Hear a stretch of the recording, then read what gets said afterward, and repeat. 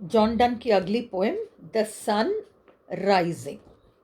पुरानी इंग्लिश में शब्दों के अधिकतर शब्दों के एंड में ई लगता था, इसलिए पढ़ने में ऐसे आता है जैसे SUNNE, है ना। सन सूरज के लिए है, ओल्ड इंग्लिश है। पहले दुनिया वाले ये मानते थे कि धरती स्थिर है और सूरज घूमता है। बाद में लोगों को ये समझ में आया कि नहीं, सूरज स्थिर है, धरती अपनी धुरी पर घूमती है, रोटेशन, और घूमती घूमती सूरज का चक्कर काटती है, वो रेवोल्यूशन। तो ये पोएम जो है, इसमें ये माना गया है कि धरती स्थिर है और सूरज घूमता है, और घूमते घूमते सूरज रात और दिन का फर्क करा देता है। प्रेमी और प्रेमिका, लवर और बिलवेड सो रहे हैं, सुबह का वक्त है। खिड़की के अंदर से सूरज की किरणें प्रवेश करती हैं। बाहर से अंदर की तरफ सूरज की किरणें आती हैं और प्रेमी जग जाता है और वो सूरज को डांटने लगता है कि अरे बूढ़े बेवकूफ़, क्या ज़रूरत थी हमें डिस्टर्ब करने की, हमें तेरे से कोई मतलब ही नहीं है। तू तो समय का प्रतीक है। जा बिजनेस वालों को जगा, सरकारी कर्मचारियों को जगा, स्कूल के बच्चों को जगा, काम धंधा करने वालों को जगा, किसानों को जगा। समय पर बीज बोना होता है, समय पर फसल काटना होता है, उन लोगों को जगा। हम तो प्रेमी हैं, हमारे को तेरे से क्या लेना देना। फर्स्ट स्टैंजा में सूरज को कवि डांटता है, उसे बूढ़ा और बेवकूफ, बिजी ओल्ड सन, तो unruly, busy old fool, unruly sun, ऐसे कह के पुकारते हैं फर्स्ट स्टैंजा में। सेकंड स्टैंजा में कवि कहते हैं कि तू तो दुनिया का चक्कर काटता है ना, तू आज जब दुनिया का चक्कर काटेगा तो जाकर देख, ईस्ट इंडीज जो महंगे मसालों के लिए प्रसिद्ध है, और वेस्ट इंडीज जो गोल्ड एंड डायमंड्स के लिए प्रसिद्ध है, जाकर देख कर आ कि ईस्ट इंडीज और वेस्ट इंडीज कहाँ है। तू चक्कर काटेगा तो तू पाएगा कि ईस्ट इंडीज और वेस्ट इंडीज तो गायब है। तू पूछेगा कहाँ गए ईस्ट इंडीज और वेस्ट इंडीज, आज दिखे नहीं मेरे चक्कर के दौरान। तो तुझे पता चलेगा कि अरे ईस्ट इंडीज और वेस्ट इंडीज तो प्रेमी के पास चले गए। तो मेटाफिजिकल कंसीट, हमारा कवि अपनी प्रेमिका को ईस्ट इंडीज और वेस्ट इंडीज की तरह मूल्यवान बताता है। तो ये कंसीट है।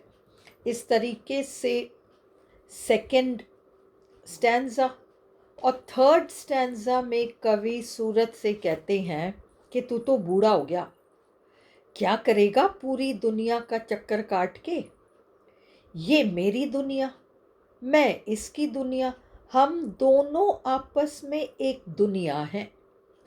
तू एक काम कर, हम दोनों का चक्कर काट ले, पूरी दुनिया का चक्कर काट लेगा, क्योंकि मैं उसकी दुनिया, वो मेरी दुनिया। तो इस तरीके के आइडियाज इस वाले पोएम में हैं। 3 स्टैंजाज हैं। The poet and his beloved are not yet fully awake, पूरी तरह से जगे नहीं है, दो इट इज मॉर्निंग टाइम, हालांकि सुबह का समय हो गया है। द सन्स रेज, सूरज की किरणें, एंटर द रूम, कमरे में प्रवेश करती हैं, and disturb the sleep of the two lovers, और दोनों प्रेमियों के नींद को डिस्टर्ब करती हैं। The poet scolds the sun, कवि सूरज को डांटता है, and tells him to go away, him कौन है, सूरज, सूरज को कहता है कि तू चला जा। He tells the sun, वह सूरज से कहता है, that it should go and wake up schoolboys, tradesmen and farmers. कवि सूरज से कहता है कि तुम जाकर स्कूल के लड़कों को जगाओ, व्यापारियों को जगाओ, किसानों को जगाओ. दिस इज बिकॉज, ऐसा इसलिए कि the activities of these people are bound by time, कि ऐसे लोगों के कार्य समय से निर्धारित हैं. बट लवर्स, परंतु प्रेमी, are not bound by time, वे समय से बंधे हुए बिल्कुल नहीं हैं. एंड सो, और इसलिए, the sun should not disturb them, सूरज प्रेमियों को तो डिस्टर्ब ना करे. The poet tells the sun, कवि सूरज से कहते हैं, that it should go around the world and come back, कि तुम पूरी दुनिया का चक्कर काट कर वापस यहाँ लौटो.